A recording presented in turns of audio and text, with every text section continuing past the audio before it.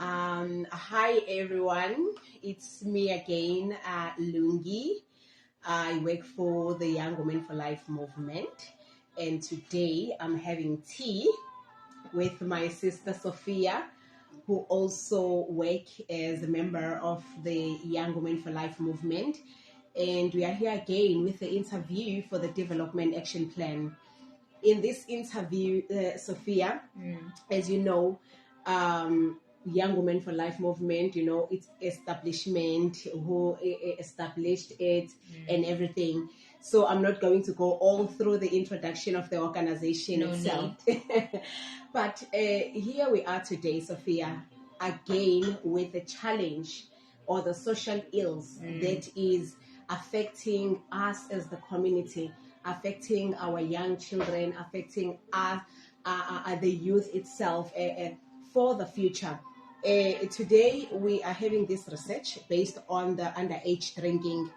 In this research, the Young Women for Life movement want to understand and to know why young people start drinking at the age of 13. That is one study that is done or found by the people of the kids' health. They say if people who regularly had 5 or more drinks in a row starting at the age of 13 were much more likely to be overweight and have high blood pressure at the age of 24, more than their non-drinking peers. So people who continue drinking at their adulthood risk managing their organs like the liver, the heart, as well as their brain. So actually drinking can be a way of relaxing.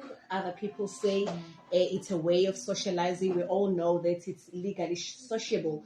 But however, now it's becoming an issue where young kids are also getting involved. And now we are losing people, or we are losing our heroes for tomorrow.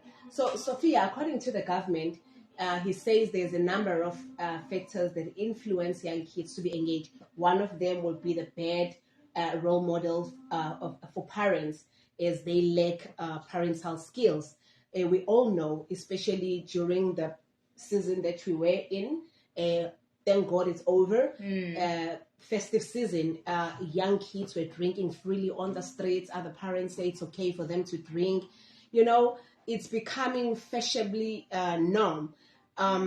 Also the fact that there is a peer pressure, everyone wants to belong, and we all understand that for young person, a social identity is often molded by their social group and by their desires to fit in a group. Yeah. So peer pressure also plays a most important role for them to be able to engage in such bad behaviors. Again, we know that from each corner of the street in our townships and location, we find illegal shebeens, tavern.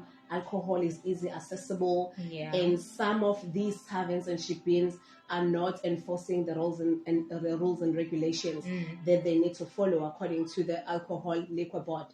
So now, according to you, Sophia, you can start by introducing yourself, and as well as give us your impact on this topic, and what do you think could be the solution? Can you give us at least 2 or 3 of your opinions, yes, perspectives on how we can deal with this challenge? Of course, Laila is taking up all the time while I am the interviewee. Hi everyone, my name is Sophia. I am an English teacher by profession. I am also a permaculture facilitator by, once again, another profession. I'm also a chairperson of my own NPO, is Mbelego, which means to carry. As we know, just the name is self-explanatory. Mbelego is a baby carrier, as we know. However, in this way, we are looking at the literal form of the word, and also we are looking at the metaphorical form of the word. We want to help our young people. We want to carry them. Because as Laila mentioned, sometimes some of the issues that we are having, especially of alcohol, young children starting to drink as early as in their teen years or even preteens, we know that sometimes it's the lack of parenting skill, but we need to find out, where did we go wrong?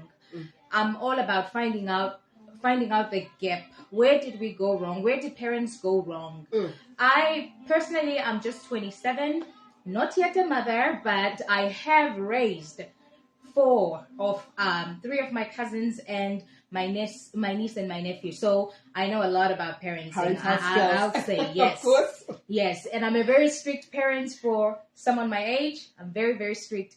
I do want to touch on the matter that, as I said, our slogan, our motto in Izimbeleko is "We carry you." We understand that parents are so busy, occupied. Parents don't want to live not a traditional way of life, but what we call fashionably traditional way of life, I'd say. And forgotten cultural values. Of course, and have forgotten their cultural values. So that also is one factor that is leading to parents losing touch of how to take care of their kids. For example, a lot of parents today are in the working world. Of course, we do understand the factors. Certain parents are divorced. Certain parents need to, step in and take the role, whether they're single parents or not.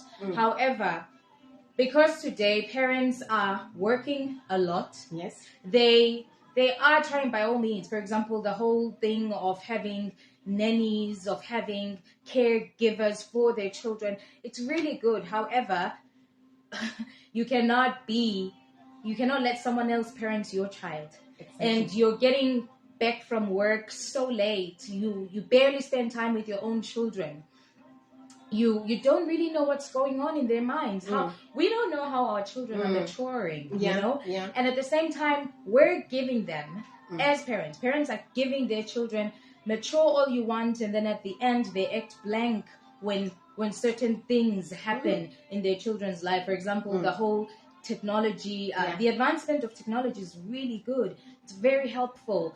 It's impactful, and it is leading society to a better place. However, we cannot deny that young people are using social media, especially children, teenagers, to be more specific. They're using social media not in the right way. I'll make an example. For example, TikTok. TikTok is such a positive, social media platform. Whether you are advertising things that you're selling, advertising even if you are selling yourself, we know that we have to be that good in selling. By the way, I'm not going to touch on that. But we have a lot of young high schoolers in South Africa who are on TikTok. Also, those who are in middle school or primary school. And the content that they are making, what they are seeing there. For example, I just get on the story. I had a story on TikTok where a young student from a certain high school she made a video and made fun of her classmates and say, she put pictures of different classmates and would say, this classmate is, sort of give us the tea, giving us the tea of the certain secrets that are not known. And the parents stepped in and said, make that very same video apologizing, even to the teacher, because she made a video also including the teacher being a divorcee or something like that.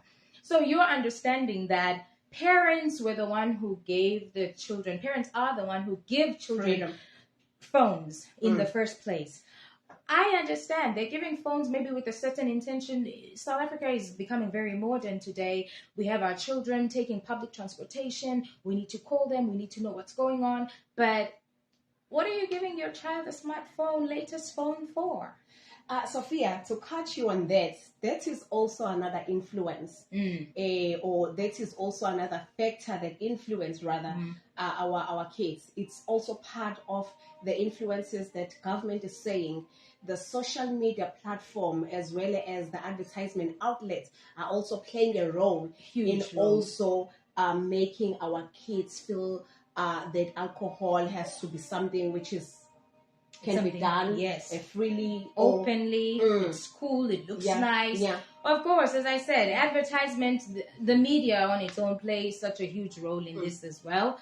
We're seeing that children would understand and know today that alcohol it's something seen as cool. It is something that is maybe even delicious, so as to say, not delicious, but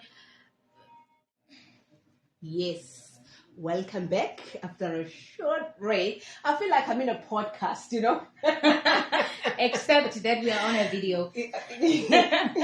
Except that you are on the video, and that this interview or this research is very important because we really have to come up with a solution on how to tackle this issue before it get out of hands, of which I already believe it is out of hand. But what I wanted to say is that there's still a time we can make a change. Isn't it that we are working very hard to get agents of changes? You know, so that's important. So Sophia, you were still reminiscing on the fact that many parents are now careless when it comes to their kids' parental skills. Sometimes it's not really careless, but it's a way where parents are feeling that they are trying so much to do something, but then at the end of the day, they are also destroying something out of it. Yes, that is very true. I think parents are just they are doing their job. Honestly, they are doing well. We have to give the credit. However, I think the only thing that is going on right now that needs solution is that let parents be the one to take charge of their children's lives, to be the parents, step in as parents, and don't let phones parent your children. Don't let your caregivers parent your children. Don't let technology do the parenting. Another thing is that, as well, very important, parents are forgetting that they just have to raise their children like how they were raised, with just, taking out a few things out of how they were raised. For example, we do know, born in the 90s, 80s, 70s, we know parents were more stricter. Parents were, using yes, using the hand, beating their children. Let's say you don't want to be doing that. That's okay, but do more talking with your children. Communicate. That parents are losing. We know, being born, as I said, in the 80s, 70s, and before that parents didn't really talk much to their children.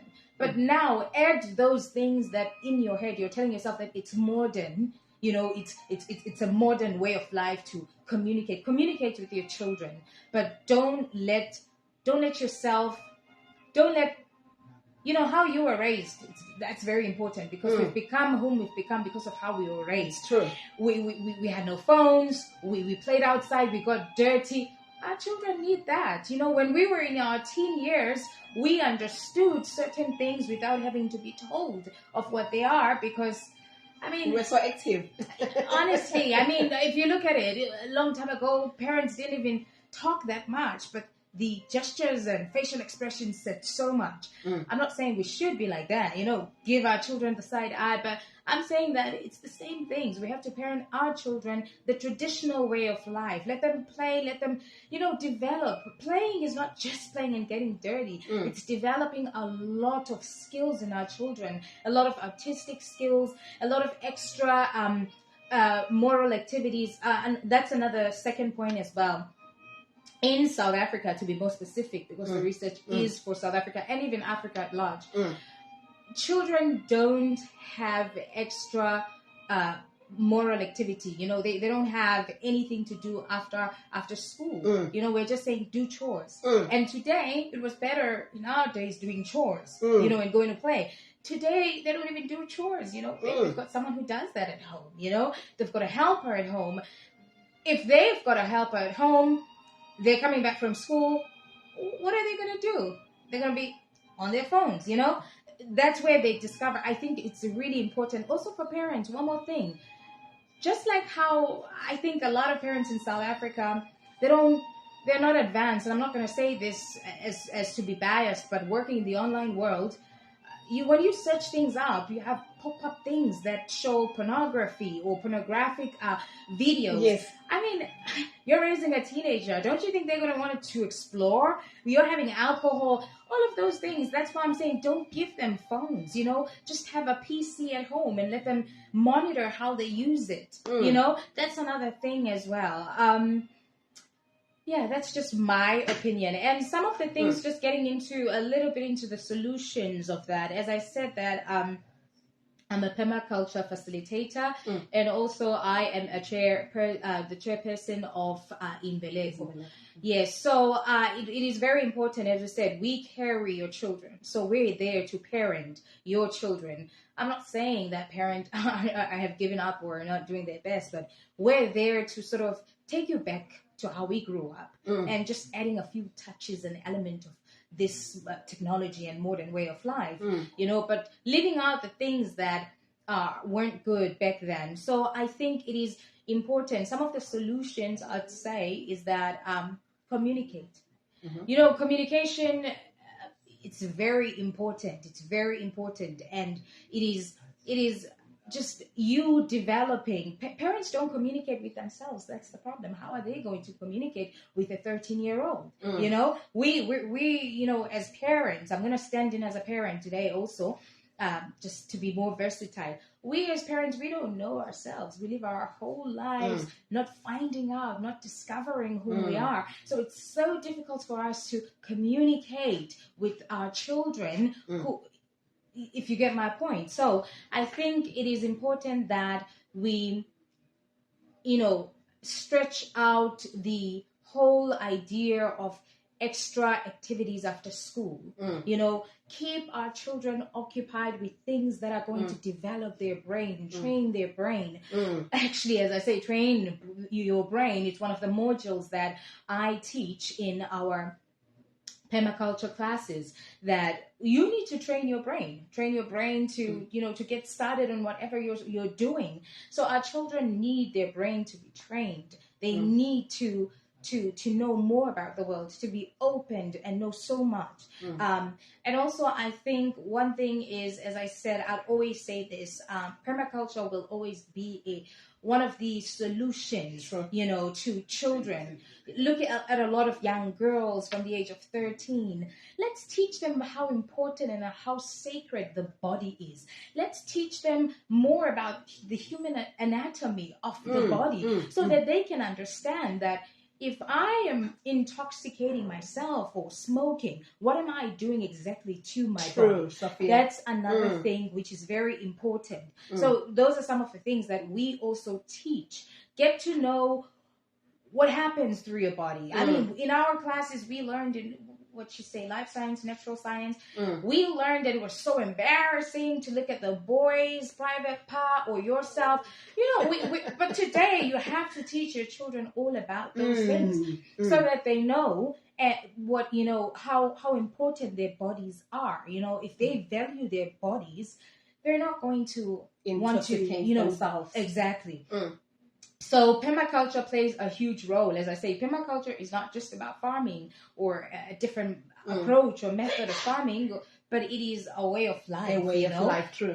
When you're teaching those young girls and boys as well, we're not being biased, you're teaching them how to view life from a different perspective and a different lens. So having these activities where they learn farming, it's just like this. We grew up not eating onions. Whenever we you pick up, the onion from your food. But today we eat all vegetables and all fruit, because if you grow them in your own garden, you're gonna eat them.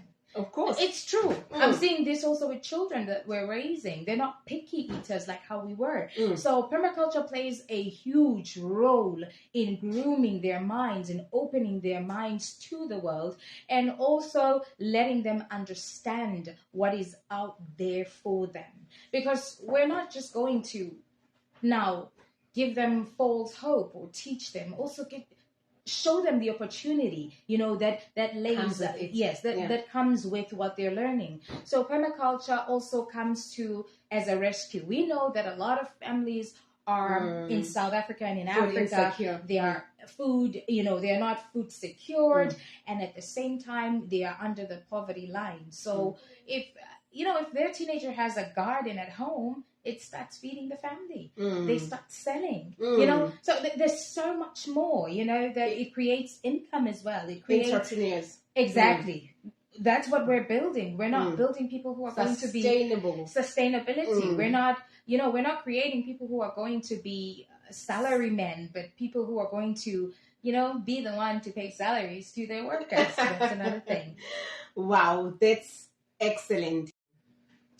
So I think that just to sum it all up in a nutshell, actually, some of the solutions, as I said, I think we need to create a program where we are, sort of filling in the gap, or bridging the gap between children and parents. So if we form a program like that, it helps parents to know how to parent their children, or to understand, or to understand or relearn or sort of unlearn certain things. Also, having that program, it's not just that program. Within that program, we have the introduction of permaculture as a way of life. Within learning about permaculture, we also teach these youngsters more about the human body. They need to be taught what happens, in their body, and how important it is just to understand the sacredness of the body in itself. So we need to have an introduction of human anatomy and as physiology. Well, and physiology, so that they know that you are what you think, you are what you eat as well. So that they know that it is, I'm not going to, take any of these, whether drugs or alcohol or anything. Also, this program will keep them off the street, keep them off being on idle, It will also grow their mind. And as I said, having a program where you're filling in the gap between parents and children, we have to understand everyone who becomes a parent later on or at some point will have this problem of generational gap. We know, because you're the parent. Generation Z. Yes. So we understand Generation Z. I mean, we have a lot of things to say about them, and sometimes it's the words we're saying, it's the words we're uttering, it's how we're, pinpointing and putting, sort of titles, to how they are. We're not seeing the danger of this. Everyone. Just an example, in South Africa, everyone says the 2000, which is Generation Z, and we say everything. We shame and blame, and we're sort of like we've given up, as if there's any difference, in this generation. When I think there isn't, actually. We need to step in with a program that grooms their mind, that trains their brain, that kicks them off the streets, that closes the gap between parents and children, because as much as parents are parents, but they need to become students in this program as well, so that they get to know their children. And children also need to understand the mind of parents. So it's a two-way street than a one-way street. So I think formulating and developing a program like this, I see this very big. I see it being, it's going to make noise in South Africa. It's going to put us in the map as well because no one is doing this in the world, actually, to be quite honest. No one cares about, saying, what can we do to help our children, So coming up with this will help children, and it's something that is going to create, it's a never-ending, program, and it's going to help children, and it's going to create these future leaders that we want, who are prosperous, who are dignified, who are respectable, who are business minded, so I think it is very important for us to create such a program. It is a need, actually. I think if you look at it right now, it's not about if you want to or if you don't want to, but it's become a need that we need to help our young people. We need to come in, our young girls, our young boys. We need to help them be educated, also, that when they see each other and meet up in whatever space, whether it's school or whatever, or wherever place, they don't see each other first thing as like attraction of he's going to be my guy or I'm going to be his girl, but for them to understand the value of girls need to value themselves, pride themselves. Well, if he likes me, he needs to earn me. It's those kind of ideas, so that our children won't just give themselves away. Drinking alcohol, by the way, is just allowing yourself to be insane, vulnerable, and and be vulnerable for that time, because anyone can do anything to you. So it's very important that we make them understand how to pride themselves and how to be earned, then for them to throw themselves off to men or boys or whomsoever. So I think it is very important to create such a program. It's going to help children to become the best and the better version of themselves, parents as well to become the best in what they're doing, and also for them to learn something new. Honestly, it is something new after all. So I'm very thankful for being given the opportunity, and I hope that this is something taken very seriously. It is a need. It is... Wow. That was a mouthful, I would say. Thank you, Sophia, very much for this interview, and I think your solution screams the best out of them. One of the things that you have touched, if I may paraphrase, is the fact that we need to have a program that will bridge the gap between parents and children. In that way, this is when the parents are able to learn their children. Sophia, I would like to also touch on the fact that I like when you talk about bridging the gap, because the problem that we have now is that the young kids that we are talking about were born from or were born by teenagers themselves. Exactly. So now it was people who were very young, who were vulnerable at some sorts, who made choices that we cannot look at them and judge them. But then that was the case. And now they were supposed to be a mother and raise their children. Yes, you cannot teach someone to be a mother, but now can you imagine when you are still maturing yourself, but now you have to raise someone who will have to be a full responsible. So we do understand that there are grandmothers, grandfathers, aunts who also plays the role in our home. But at the end of the day, we want children who will value their parents, because already when you are growing up at the age of 13 or 15, and you know that the gap between me and my mother is another 13 years gap, it sort of also just look at your mom in a way that it can be judgmental. True. Just thinking, oh my God, my mom. She had me when she was 13. She had me when she was 13. What kind of a girl were you? How did you... you can't tell me what to do. You can't tell me what to do, Now we need to show these children that being born by your mother when they were teenagers, they might have done mistakes, but you as a child, you were not a mistake. You understand what I'm saying? Yes. I'm saying, I'm not sure if I make sense. It is. Being born is not a mistake. I might made a mistake to have my child at an early age, but my child is not a mistake at the same time. So we really need to bridge the gap between the parents and also the children to understand each other, because now we find that parents are having competition with their children. They still feel very young and frisky, and while at the same time their children are rebellious, So there's that commotion. I can't handle you. I'll just give you the phone. Yes, because I'm in my 30s as well. Of course. You're my teenager. There's competition as well. I'll just give you what I didn't have. Exactly. During my time. So I think that program is very important. Not necessarily that we will be teaching people how to raise their children, but we will be giving more understanding on how to understand their children's well-being during this age and day. And again, you also talk about these kids also being involved in physical activities. You talk about permaculture. I know one of the saying that says, you have to eat your food, your healthy food, in a way that you cannot eat medicine as your food, So now it's very important what you consume in your body. So also young kids needs to know what sort of a problem they're creating for themselves if they start taking alcohol and consuming it into their body. They may look at certain celebrities or certain advertisement on TV which are showing off alcohol, but at the end of the day, they need to know what it's doing into their body.